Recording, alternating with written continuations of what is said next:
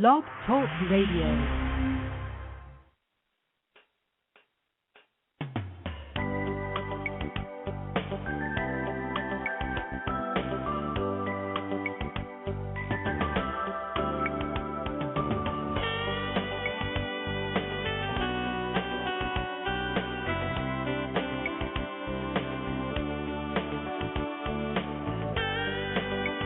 Hi, everyone, and welcome to a very special edition of Franchise Interviews, where for over 4 years we've been asking the entrepreneurs one-on-one. I'm your host, Marty McDermott, and I'm the president of Franchise Interviews, and we have a great show today. We're meeting with Pierre Panos, founder and CEO of Fresh to Order. And Fresh to Order, F2O, is an innovative franchise restaurant concept that provides quality American cuisine, gourmet fresh ingredients, and fast service to offer incredible food served in less than 10 minutes for around $10. And that's coming up on segment 2 of Franchise Interviews. So stick around because we got a great show.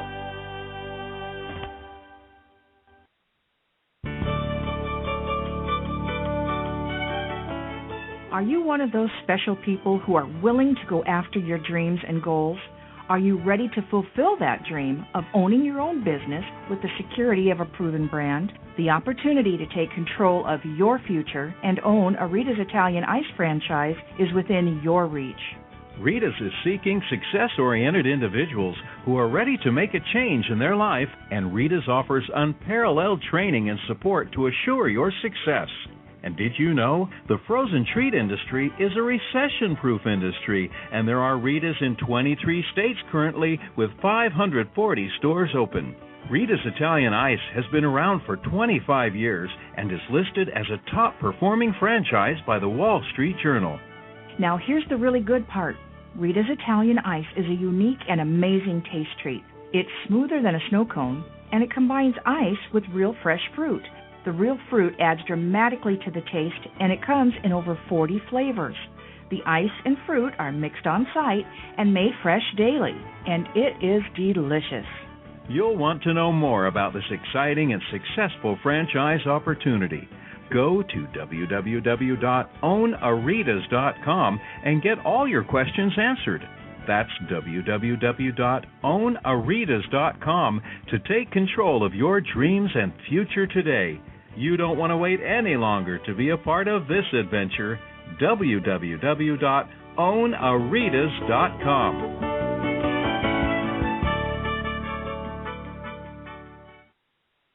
Franchisers, are you looking to reach aspiring entrepreneurs looking to buy a franchise? Are you looking to reach a highly educated audience on franchising? For over 4 years, Franchise Interviews has been giving an up-close, behind-the-scenes look at franchising and entrepreneurship through our website, franchiseinterviews.com, where you can hear and read interviews as well as get inside tips from some of the most successful sources in franchising. Check out our weekly franchise radio show, where each week you get to hear a new interview with franchisers, franchisees, franchise authors, franchise experts, and attorneys, and our podcast, Great Quotes in Franchising. Get 3 months of free advertising when you sign up for our 1-year package.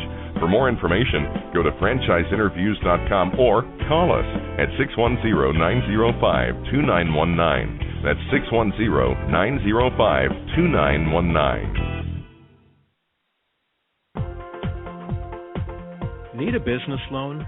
Talk to Diamond Financial Services, the experts in franchise financing nationwide.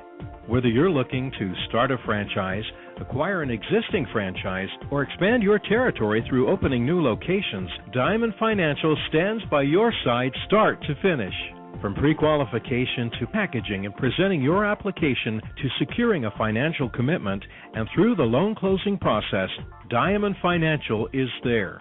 While you're waiting, thousands of others are making their financial dreams come true. Don't wait any longer.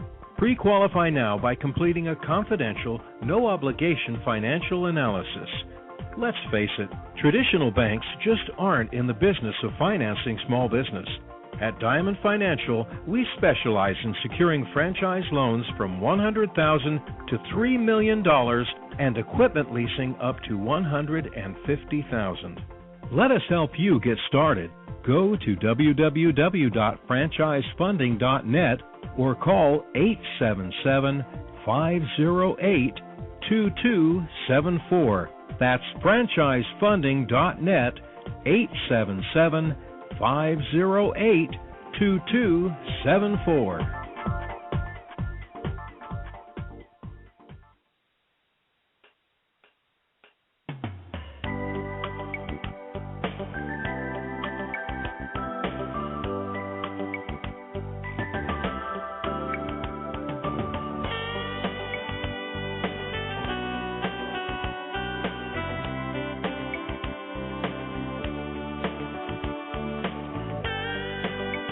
Hi, everyone, and welcome back to a very special edition of Franchise Interviews, where for over 4 years we've been asking the entrepreneurs one-on-one. I'm your host, Marty McDermott, and I'm the president of Franchise Interviews. And as we were saying earlier, we have a great show today. We're meeting with Pierre Panos, who is the founder and CEO of Fresh to Order. And Fresh to Order, F2O, is an innovative franchise restaurant concept that provides quality American cuisine, gourmet fresh ingredients, and fast service to offer incredible food served in less than 10 minutes for around $10. The company currently has 6 locations and projections call for signing at least 5 multi-unit franchisees in 2011 with a total commitment of 15 to 20 restaurants. So we're definitely excited to have Pierre on the show today and Fresh to Order and hear all about their opportunity. We did a little research before the show, and we got some great quotes from the media on Fresh to Order, and here we go. Here's a couple of them. This is from the Daily Candy Atlanta. It says, "Glazes of glory. A stop there means original recipes and spanking new notions." Let's see. Hudspeth Report states that the restaurant's concept is to provide quality gourmet American cuisine, fresh ingredients with fast service in less than 10 minutes for under $10. And we like to do these things, a little preview before the show to get everyone excited and give them a better idea, a little bit about the concept. Let's see. H.M. Cawley, Atlanta Journal-Constitution, says, affordable prices and quick service are increasingly important to dinners, a fact that hasn't escaped Pierre Panos. His promise is great food for less than $10 in 10 minutes. The premise of Fresh to Order cuisine for under $10 in less than 10 minutes is an awesome one. Compared to most of the bumbling competition, F2O's unique salads with what the company refers to as protein additions and their calorie-conscious and delicious three-quarter plates make them clear winners. That came from Knife and Fork, I think it's magazine. Jesse Gideon in the Sunday paper states, we're at the top of fast and casual. No one else is even close to what we do. We make gourmet food in $10 in 10 minutes. We've blown away the response. We've had triple the anticipated volume. That might be from one of their franchisees, actually. Cliff Bostic, Creative Loafing, says, Fresh to Order is a great-looking space. The first words that come to mind when you walk into the door are Los Angeles. It's glitzy, semicircular space with an open kitchen, lots of windows, warm lighting, and menu that reminds me of the early days of Wolfgang Puck Express in L.A. That's interesting. Atlanta Magazine says, best new salad place, Fresh to Order. Tasty homemade dressings include an almost calorie-free lemon and herb, wonderfully fresh greens, distinguished toppings ranging from bourbon grilled salmon to chilled line shrimp, and ultra-generous portions displayed on unusual long platters render the salad experience memorable in this named newcomer. Allison Weiss, Atlanta Sports and Fitness. Breaking the rules, F2O is tearing down the walls between fine cuisine and frugal customers. Let's see, this is coming from Go, Airtran In-Flight Magazine. Gourmet salads, hot press sandwiches, and three-quarter plates, meaning larger entrees, poses savory, smoky, sweet nuances that are chef-driven but commuter-friendly. What's hot? From the Julep Atlanta Jewish Times says owner Pierre Panos and corporate chef Jesse Gideon know what they're doing. At F2O, or Fresh to Order, the oversized salads, hot pressed paninis, and entree plates are all delectable. Susan Keys of Points North Magazine, a new franchise concept, is proving that speedy service doesn't necessarily correlate with greasy calories. Fresh to Order, or F2O for short, dishes up wholesome salads and panini sandwiches, fresh and fast. No pricey check, no lengthy wait. And there's actually more. I can go on all day. You can see the great press that Fresh to Order F2O has gotten. And, it's great to see a concept like this. Again, typically we're always in, such a rush, it seems like. And, if you want something in 30 seconds, typically you're going to get something that's not particularly healthy for you, So this is an interesting franchise concept. Don and I have been looking forward to this one for a while as we've been announcing on the show. So those guys will come on in about another 15 minutes. Let's see what we got. Next week, we're shifting gears a bit. I know the last 3 weeks we've been talking a lot about food and getting very hungry after the show. But next week we're meeting with Great Play, Keith Kamhai, who is the co-founder and CEO of Great Play.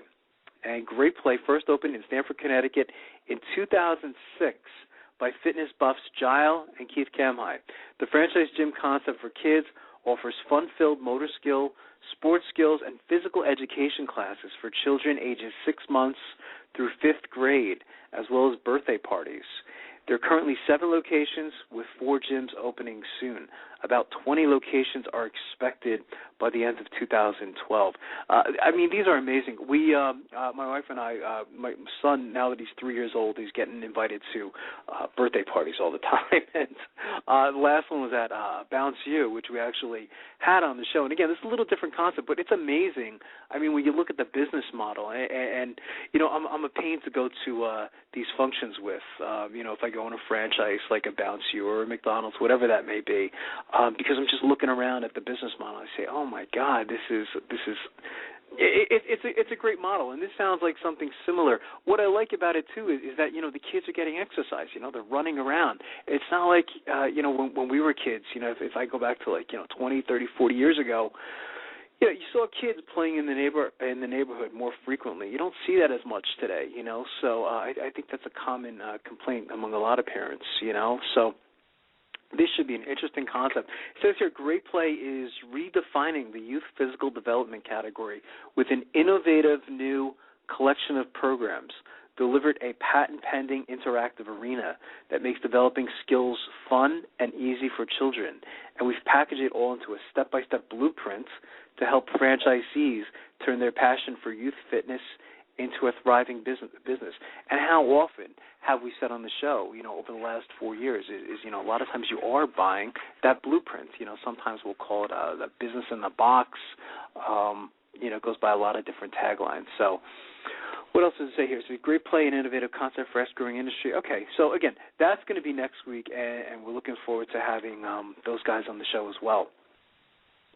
Following week after that, one of my favorite franchise opportunities because I've been following them for such a long time now, Right at Home, a privately held provider of in-home elder care and assistance, was founded in 1995 by Alan Hagar, a hospital administrator who was concerned patients needed additional assistance after their discharge from the hospital.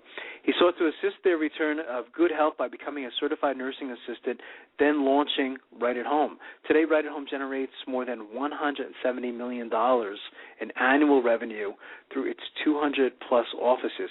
It's amazing for me because, I've been following these guys for quite a long time now to see the growth that has taken place with Right at Home. When I first started following them back in, I guess it was like sometime in the, probably around 2000, and I did mention to our listeners last week that I did a feasibility report on them. I think it was back in 2003 to find out that this particular franchise is very feasible. So it's good to see the growth. There's lots of senior care franchises out there, and quite honestly, you can hear about 6 of them on Franchise Interviews, on franchiseinterviews.com or our show page on blogtalkradio.com, and even live365.com. Actually, last week we were running all of them on live365.com. And, they're all interesting opportunities. I love this particular industry, so I don't have anything bad to say. It's growing. There's a lot more franchises catering to this industry today than there were a decade ago. A decade ago there was like a handful of them, and now it seems like there's much more.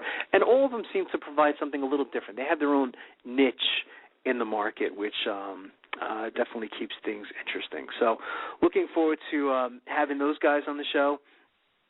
December 8th, we are having Joel Lababa, the franchise king, on our show for the third time. And, when we invite people back 3 times, they're great. And Joel is one of those. In fact, we actually last week we played a clip from Joel Lababa, who is now on our Great Quotes in Franchising podcast. And, he was talking about interviewing franchisees, and he's just one of the most knowledgeable people when it comes to the topic of franchising. He's coming out with a new book. I think this will be Joel's second book. I'll have to confirm that with him, on becoming a franchise owner. His first book focused more on research, which I thought was a nice niche in the market, because there's lots of franchise books out there, but not too many that pertain to actual research, because I think a lot of people just don't know how to do research. Warren Greshus, December 15th. And by the way, there's plenty of shows for September, October, and November that Don and I are lining up right now. In fact, we have our 250th show, 5-year anniversary show, the end of November. It's usually right before Thanksgiving. And we usually have a pretty big guest on that show. So Don and I are talking about a couple different ideas for that show, but it's usually a 2-hour show. Lots of fun. We sometimes have previous guests call in, and they congratulate us, and it's a fun show to do, especially that time of year. You're getting ready for Thanksgiving and the holidays and all that stuff. So really looking forward to that. So we're going to be putting all these shows. We'll probably be booked for the rest of the year in another couple of weeks. So we'll have those posted up on our website, franchiseinterviews.com. We're going to play a clip now from Nancy Leonard. And Nancy, by the way, how can I forget about we should talk about last week's show for just a moment. Last week we met with Craig Dunaway, president of Penn Station East Coast Subs franchise opportunity. I want to thank Craig again for coming on the show. If you missed the show, Penn Station is a fast casual East Coast style sub sandwich chain that has about 225 restaurants in 12 states. Projections call for 25 restaurants in 2011, with 325 total restaurants open by the end of 2013. What I like about this franchise opportunity is, I guess you can put them in that range of like small to medium-sized type of franchise. You can see they have very close relationships with their franchisees. In other words, if you want to talk to the president, Craig Dunaway, he's very accessible. Try doing that with McDonald's or Subway. And again, not to pick on McDonald's or Subway, they're amazing franchise opportunities. But to speak to the CEO or president is quite difficult. It'll probably take a week or two for them to get back to you, quite honestly. So I like this opportunity. You can see Craig's background in accounting had a very big influence. He talks a lot like in numbers like return on investment, which is really so important when you're buying into a franchise opportunity. So we like these guys. We're going to keep our eyes on them and hopefully have them back in 2012. Franchise attorney Nancy Leonard. We had her on our show twice, which again says a lot, if we invite our guest back 2 times. And she is very knowledgeable on the topic of franchising, and we think she's one of the best franchise attorneys. Makes me happy she's actually here in Pennsylvania. I don't get the opportunity of having too many of our guests close to our home headquarters, so that's kind of nice. Nancy, in this particular clip on Great Quotes in Franchising, she talks about the lease, which is very important. Also, one of the key themes of our show has always been, for the last almost 5 years now, is to not just hire an attorney, but hire a franchise attorney. I think Nancy kind of hints upon that. Hi, everyone. This is Marty McDermott from Franchise Interviews, and welcome to another edition of Great Quotes in Franchising, where each podcast you get to hear a great quote in franchising. Don and I have been hosting Franchise Interviews now almost 5 years, and during that time, we've had some incredible quotes on our show. Today, you're going to get to hear from franchise attorney Nancy Leonard, and I should emphasize the word franchise attorney. Picture this: your cousin Joe just graduates from law school, and he specialized in corporate law or civil law, and you say, you know what? I'm going to buy a franchise, and I'm going to use my cousin Joe as my franchise attorney. Well, believe it or not, it happens all the time, and not a good idea. One of the things that Don and I, if you've listened to our show starting from 4 years ago to current moments, you'll see one of the main themes of the show is that we emphasize to get a franchise attorney. Very, very important.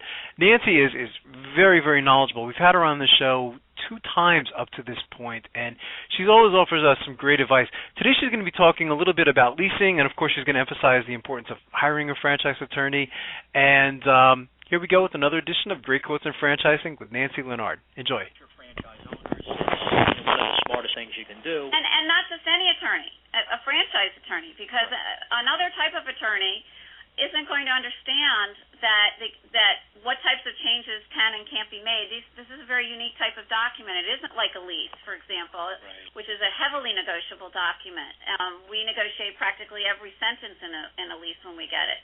But a franchise agreement is very different. A material change to the franchise agreement can mean that they have to change their disclosure documents. So we know what can and can't be negotiated, what is a critical change, what is a critical thing to change, right, and what is necessary to protect our clients. Right. It's such a big investment in a franchise. Why not make the additional investment to have total peace of mind? Just make sure everything you're doing is correct. Yeah, and if you're, if the franchisee is taking an SBA loan or some other type of financing, just include those fees. That's why we do it at a flat fee, so that people can anticipate what their costs are going to be up front, right, and just include that in the financing that they're going to be getting. Right. Good. So I guess changing gears a little bit, Nancy, let's talk about I guess also your specialty in reviewing a lease. What are some legal concerns for franchisees in leasing commercial space? Those are huge because, as I just said, the leases are extraordinarily negotiable documents, and everything in a lease is basically negotiable and negotiated. Because we do so many leases, and last year we did probably over 100 retail shopping center and mall leases. Yeah. Because we have certain franchise systems that we work with, and we are their recommended and authorized law firm for handling the leases for their franchisees. Yeah. So we just do, plus we do it as obviously part of our relationship with our franchisee clients as well, and then any other clients that come to us that need a lease reviewed. So we do so many. Everything is up for grabs. I mean, one of the things that, for example, in any retail situation, you're going to be paying, a franchisee or a tenant is going to be paying common area maintenance charges, known as CAM charges, in addition to their basic rent. And CAM charges are to cover the areas that are, as the term sounds like, common area. So parking lot expenses, roof expenses, the common area bathrooms and hallways or walkways if it's outside, and the lighting, electricity, the maintenance to maintain, repair, to replace, any of those kinds of items. Well, we have an exhibit that we attach to every lease that we negotiate or that we review and send on to the landlord to negotiate. We attach an exhibit of 28 items that we want excluded from including in those pass-through charges to the tenant. So these charges are passed through on a prorated basis to the tenant based on the square footage percentage that tenant has in the shopping center or mall, and what is included in those common area maintenance charges can vary. And so we say that things such as legal fees relating to leasing the center should not be passed through to the tenant, our client. Expenditures that are of a capital nature should not be passed through. Repairs that are caused by the landlord or by another tenant in the shopping center should not be passed through. That's just a couple examples of 28 items that we have in a list that we negotiate on our client's behalf to be excluded from including. And so that can save, on a tenant's bottom line every single month. And when you're starting a business, your overhead is so crucial. So, and this is, a major expense, of course. So just not what the monthly, rent or lease is going to be, but all those additional things can all add up in a hurry. So. No question. And even things such as what are included in taxes. That the rent rental income should not be part of the taxes that are passed through to the tenant, because most leases are what's known as triple net leases, which means that all expenses of the landlord are basically passed through. But we are very careful on what kinds of things should not be passed through. From a practical end, defining what the landlord's responsible for repairing and maintaining and what the tenant's responsible for needs to be very clearly spelled out in the lease, and often is not.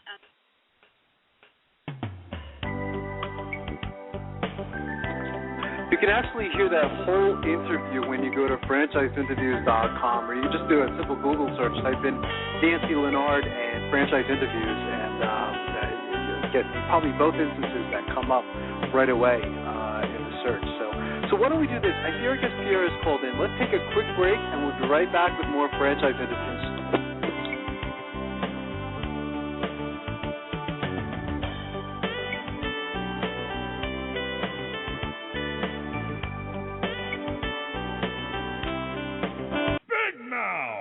Okay, you've got my attention. It's a rare event in the world of franchising when an opportunity comes your way that can and will thrive in almost any economic environment. It's here, and its name is Big Mouth Advertising. Big Mouth. BMA is a leader in the exciting world of mobile media advertising. Why is mobile media advertising able to defy the economic cycles? The answer is obvious. In times of economic weakness, advertising is crucial for survival as the consumer dollar is scarce and the competition fierce. What is mobile media? It's the newest and fastest growing segment in the advertising world. Mobile media brings the message directly to the consumer. Mobile media goes to the consumer in traffic, where he eats and where he plays.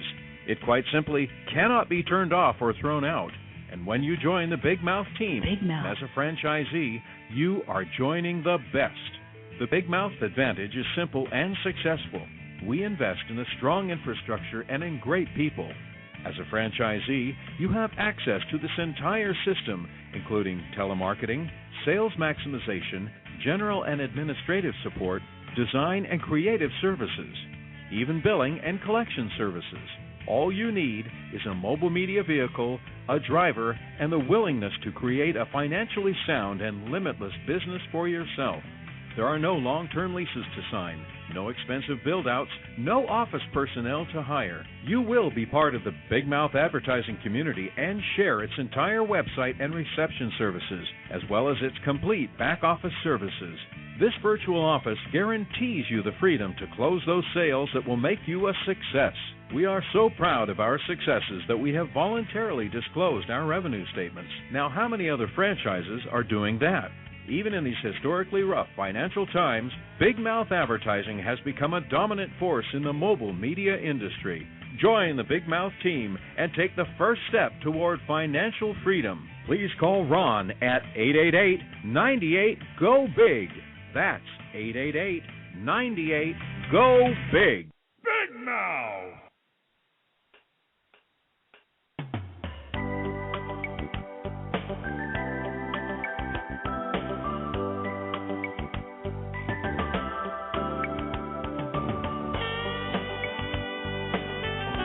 Hi, everyone, and welcome back to a very special edition of Franchise Interviews, where for over 4 years we've been asking the entrepreneurs one-on-one. I'm your host, Marty McDermott, and I'm the president of Franchise Interviews. And as we were saying earlier, we have a great show today. We're meeting with Pierre Panos, who's the founder and CEO of Fresh to Order. And F2O is an innovative franchise restaurant concept that provides quality American cuisine, gourmet fresh ingredients, and fast service to offer incredible food served in less than 10 minutes for around $10.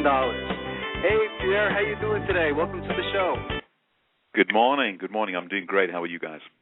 Oh, that's fantastic, Pierre. Thanks for coming on the show today. I don't know if you heard at the beginning of the show. I want to congratulate you on the success of Fresh to Order. We read about like 15 great quotes that were written about Fresh to Order in the media. So it sounds like you're doing a very good job over there, Pierre. You were referenced on several occasions. So it's always a good thing when you're referenced. And our mission, as you mentioned, is to provide incredible food service and facilities. And that's what we try to do every day. We just try to get up every morning and beat our previous best and grow the concept that way. That's fantastic. We always like to ask our guests where you're calling from this morning, Pierre. I'm calling from Atlanta, Georgia.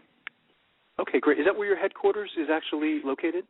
Yeah, we're headquartered in Alpharetta, which is a suburb of Atlanta. Gotcha.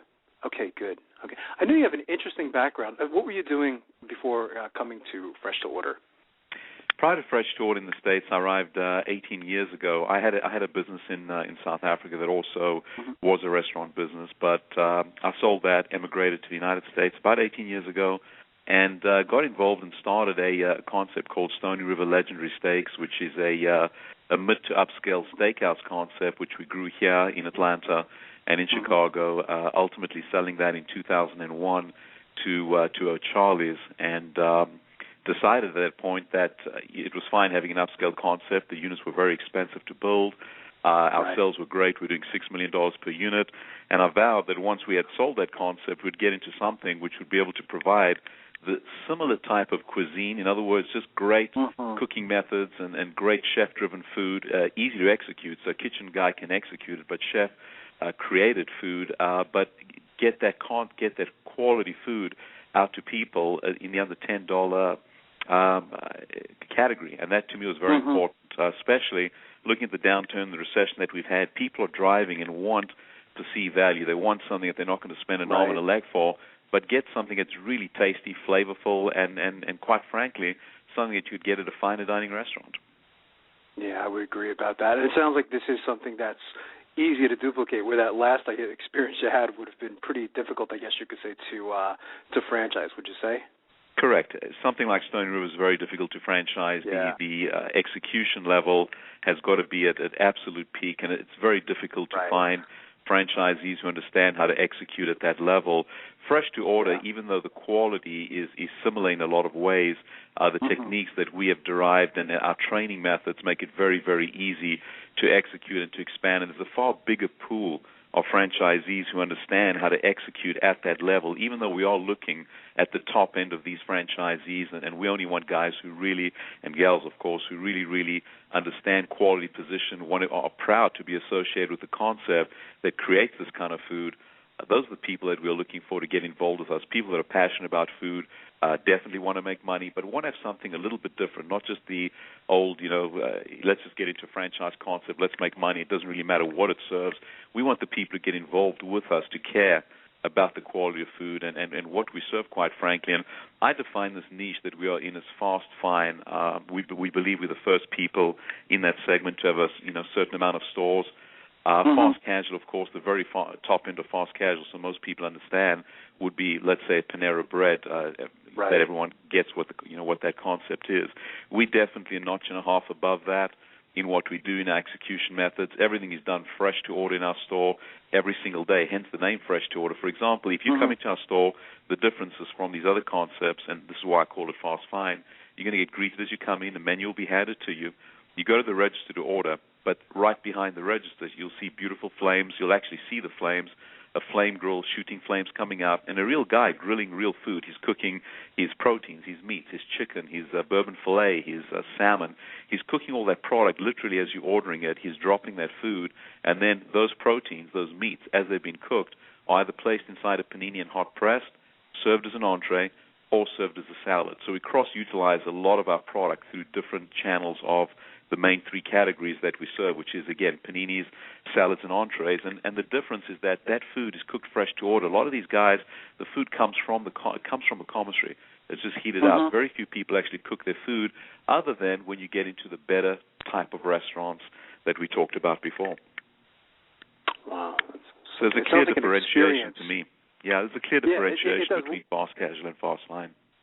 When we were researching about you guys, Pierre, we kind of thought that it was almost like an experience as well. Like when you go into a Fresh to Order, using our imaginations, is you get that experience as well. Kind of like when you go to Starbucks. It's not, Starbucks isn't just coffee; it's kind of an experience. And correct. I would probably say that this is kind of like the same thing.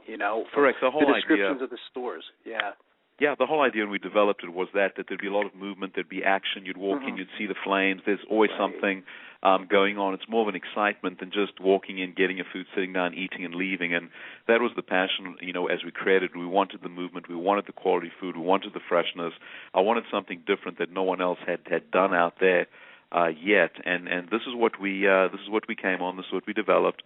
And so far, been very, very happy with the results. And we're at a point now where we fine-tuned and baked what we need to get going on a franchise basis. And we're looking at just the very best franchisees out there. We would also consider, if they're high net worth individuals who we would find an operator and train for them, that is something that we'd consider doing as well, other than just the top end of franchisees. We would consider that because a lot of these guys who've got money and girls who've got money, they understand how to run a business, but they may not understand the restaurant business, and it's pretty easy to pair an operator, and one of the requirements is that we invest and make sure that the operator got 10% of that business, so they're true partners in the business. So there are two lines of the way we're going to grow the franchise. It's going to be operators who have got multi-units already, who understand the business, and it's going to be high net worth guys that we pair operators with.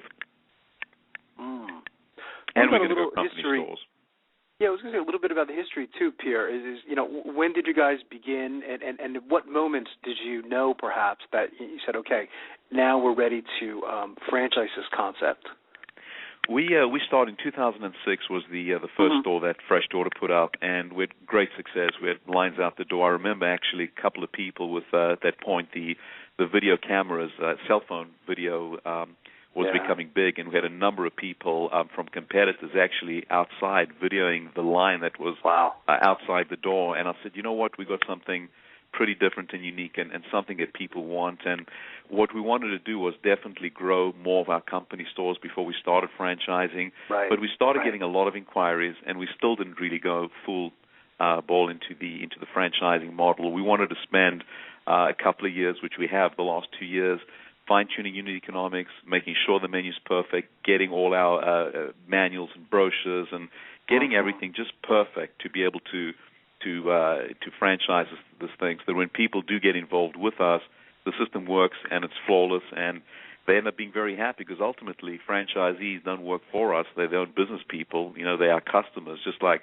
the guests that walk into our restaurant every day. They're similar in a lot of ways. Yes, they have to follow our model, but they've got to be happy. And if they're happy, it sells itself. If they're not, and you grow you open 5, 6, 7, 8, 10 stores that just don't do as well as they should, you may as well shut down the franchising side. It's just not going to work. So it's essential for us to find the absolute best locations and the best franchisees. And we've nailed the location side with a group that is based out of Atlanta that is very into what's called mosaic profiles, and we understand exactly who our guest is now. We have fine-tuned them. We know who they are based on a survey we did with our existing database of 30,000 people. And so we know exactly who they are, and we're going to extrapolate that understanding through the Southeast, through the market that we want to expand in, which is really Washington, D.C. and South, and Dallas and East, all the way through to Florida. So it's what I call an expanded Southeast market that we want to expand in. That's what we're interested in developing in the next 10 to 15 years. We won't go beyond that. And how much space is required for the location, Pierre? Average unit will be 2,800 to 3,200 square feet, so not particularly big, but we utilize our space extremely efficiently by minimizing the kitchen space. Again, we figured out how to get the kitchen size pretty small and very, very efficient.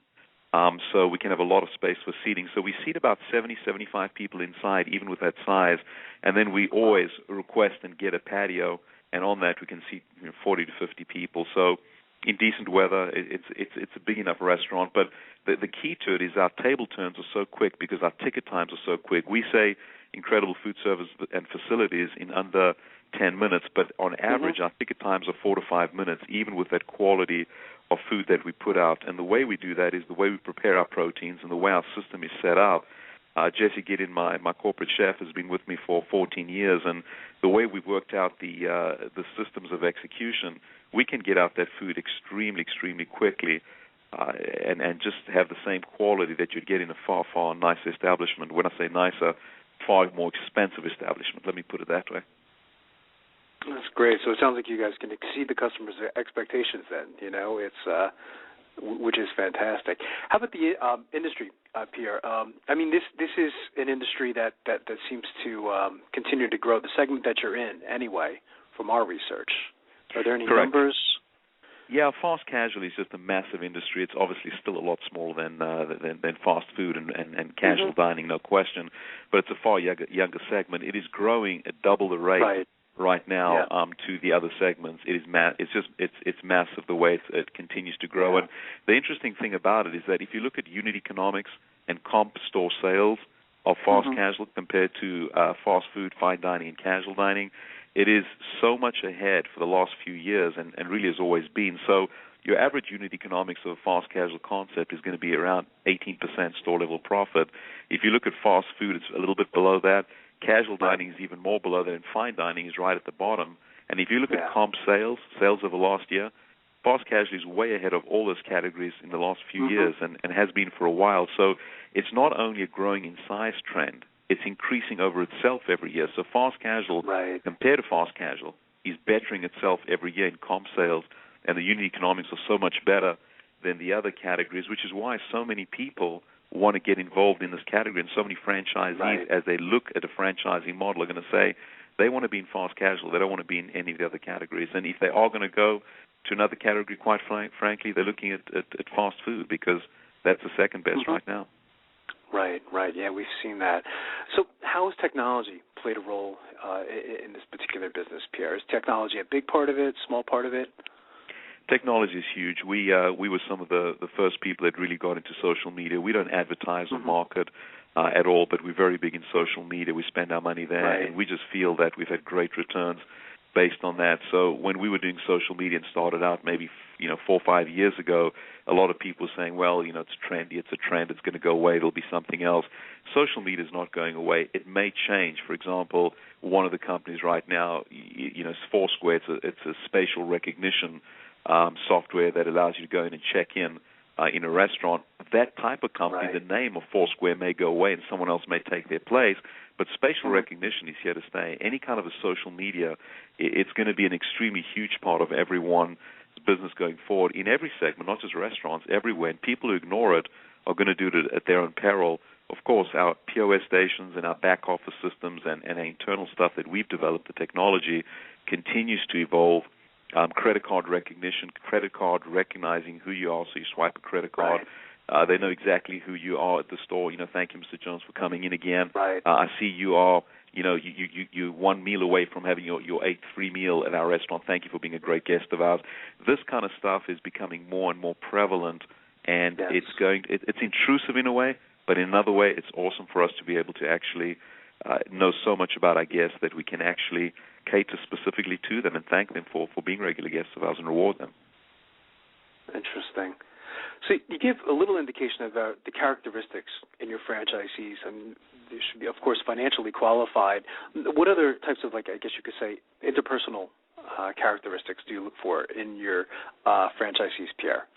We definitely do a psychological profile of them as well to ensure that they're going to be a good match for us. A great franchisee, by definition, is someone who definitely understands how to follow a system.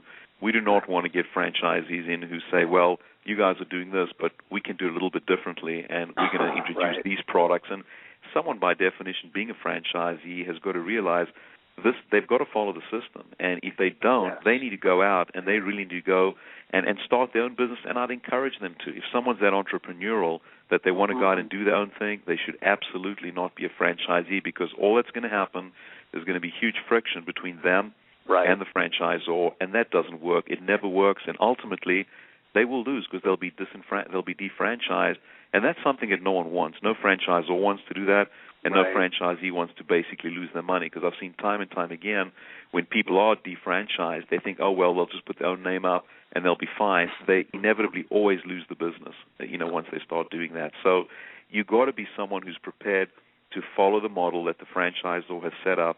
We want business people who understand how to run businesses, but you've got to follow the model. It's extremely important. And as I mentioned before, we want people who are passionate about the restaurant business and food, and don't just want to serve anything just to make money. Yes, we all want to make money, but you want to be proud of what you serve. You want to be proud that you're associated with a top-end brand that can deliver on their brand promise. Oh, well said. So once someone decides that they would like to become a franchisee, and you like them, they like you, what's the training like for new franchisees?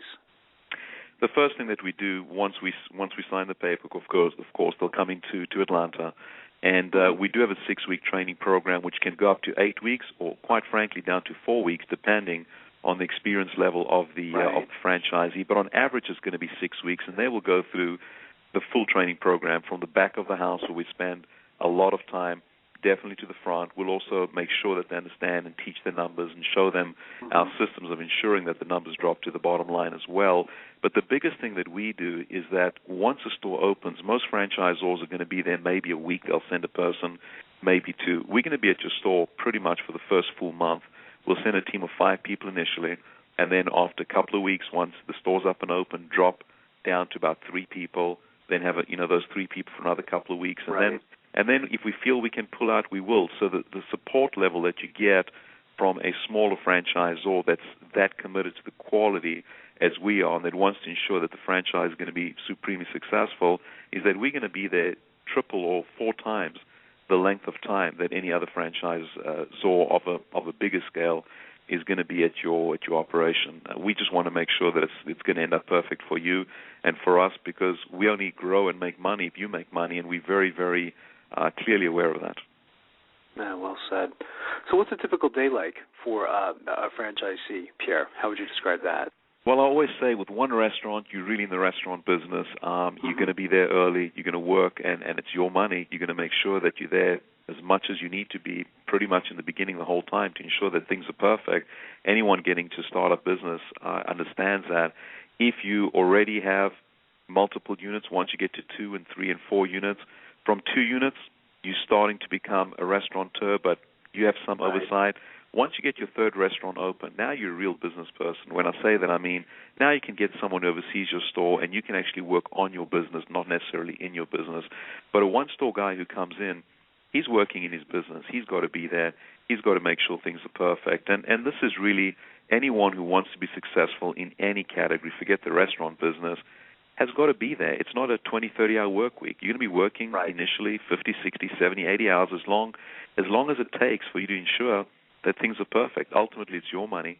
And, when I started my first restaurant, I remember clearly back home, I was there 7 days a week for the first year or 2, working 80, 90-hour weeks with my brother, and that was very typical. And I'm not saying that that's necessary here. It's not. It's just you've got to ensure that things are perfect. I always say the first 3 months determines the next 3 years in any restaurant business. So when you open, ensure the first 3 months are literally perfect. And if you've got to be there 7 days a week, the full shift from 11 to 11, 10 at night, you need to be there, because if those first 3 months are perfect, you are pretty much guaranteed that the word-of-mouth repetition of how good the place is going to carry you for a long, long time. If you mess up in those first 2-3 months, the bad word of mouth will kill you, and you'll either close down or you'll have to spend hundreds of thousands of dollars in marketing to try to get those people back. So rather don't spend those hundreds of thousands of dollars in marketing to get them back, which is only a probably 30, 40% chance you'll get them back.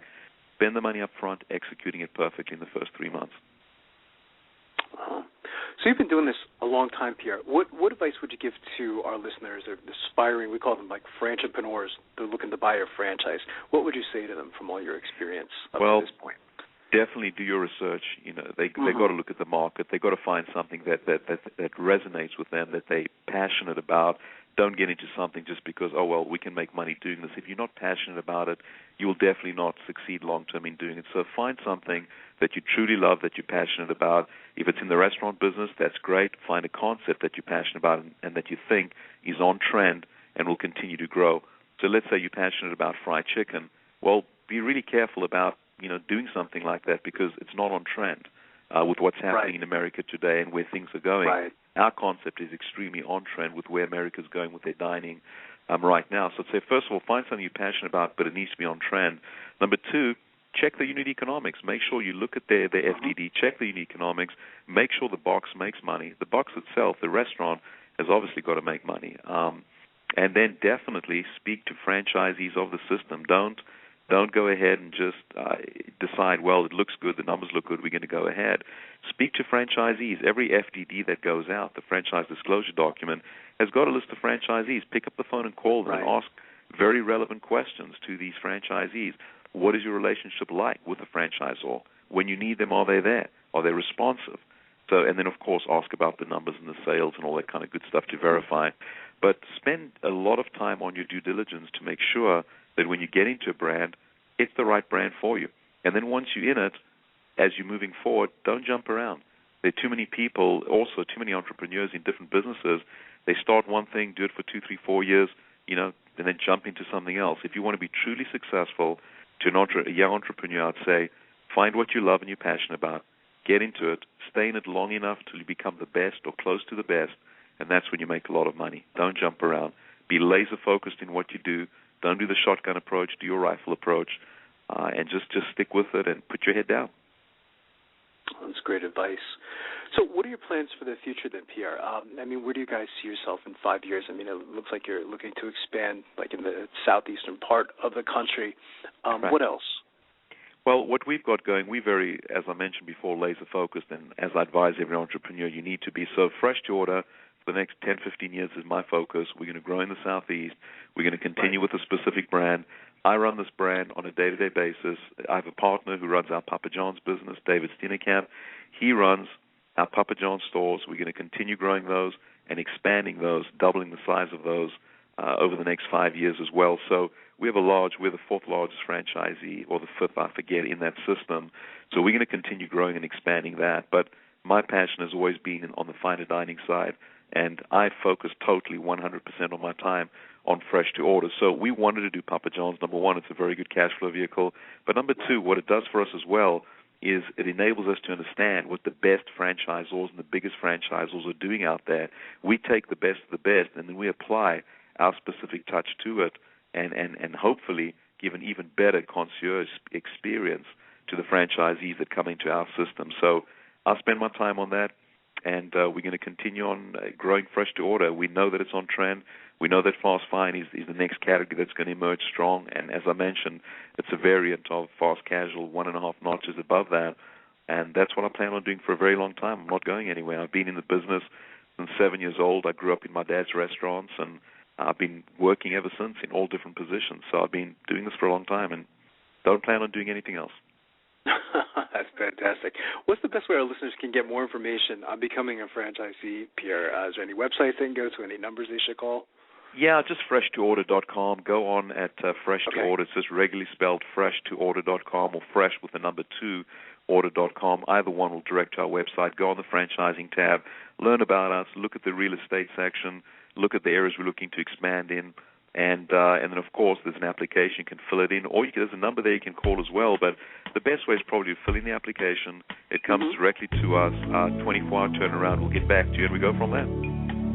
Fantastic. And I want to thank you again, Pierre. You've been a fantastic guest, and Don and I are going to keep our eyes on you guys and like to invite you back next year already. Appreciate the time. Thank you very mumuch. Thanks, Pierre. You have a great day today. Thank you. You too. Bye. Thanks. So why don't we do this? Let's take a quick break, and we'll be right back with more franchise interviews.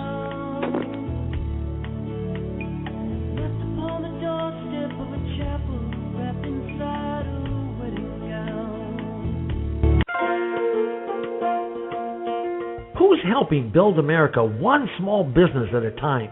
Franchise Inc., a free consulting service. For years, Franchise Inc., a national company, has been helping people franchise their business concept and help folks like you own a franchise. With over 2,500 franchise systems out there, it can be awfully confusing. Don't take chances with your future. At Franchise Inc., we've done the homework for you. We can help match your interests and background with the franchise that's right for you. And we only work with proven franchise systems with a solid reputation and track record of success. The consultants at Franchise Inc. can help you with your short and long-term wealth strategy. Give us a call today and we'll send you free our best-selling book, Solving the Puzzle of Owning a Franchise. Remember, it's not just owning a franchise, but finding the right one for you. Call us at 800-961-0420 for a quick consultation to discuss what's important to you, your business, and your future. The service is free. The book is free. What do you have to lose? Find the business that's right for you. Call Franchise Inc. at 800-961-0420. That's Franchise Inc. at 800-961-0420. Franchise Interviews. For over 4 years, Franchise Interviews has been giving an up-close, behind-the-scenes look at franchising and entrepreneurship through our website, franchiseinterviews.com, where you can hear and read interviews as well as get inside tips from some of the most successful sources in franchising. Check out our weekly franchise radio show, where each week you get to hear a new interview with franchisers, franchisees, franchise authors, franchise experts, and attorneys. And don't forget to listen to our podcast, Great Quotes in Franchising. For more information, go to franchiseinterviews.com or call us at 610-905-2919. That's 610-905-2919.